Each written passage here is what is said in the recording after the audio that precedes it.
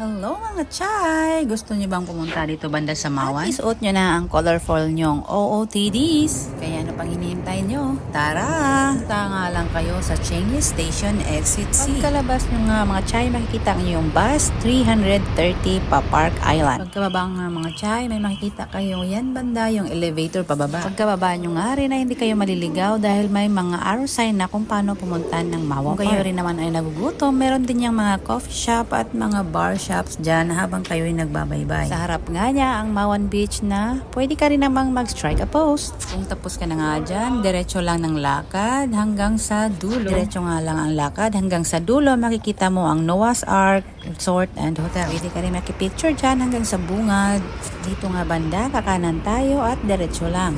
Pagdating mo dito, kaliwa naman, diretso pa rin ang lakad.